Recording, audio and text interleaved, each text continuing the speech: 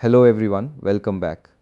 In this video, I will show you how to fix Microsoft Print to PDF missing in Microsoft Word.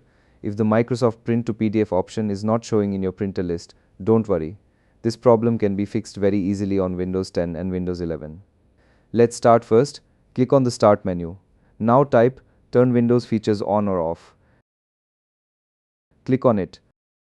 The Windows Features window will open.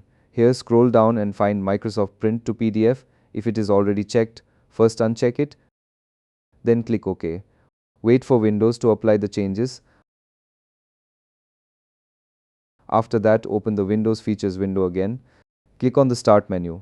Type Turn Windows Features on or off. Click on it. The Windows Features window will open. Now find Microsoft Print to PDF again and check the box. Then click OK. Windows will now install and restore the feature automatically. Once the process is complete, open any document, press Ctrl+P and check your printer list. You should now see Microsoft Print to PDF again. That's it. This is how you can fix Microsoft Print to PDF missing in Microsoft Word. If this video helped you, please like, comment and subscribe for more useful Windows troubleshooting videos. Thanks for watching.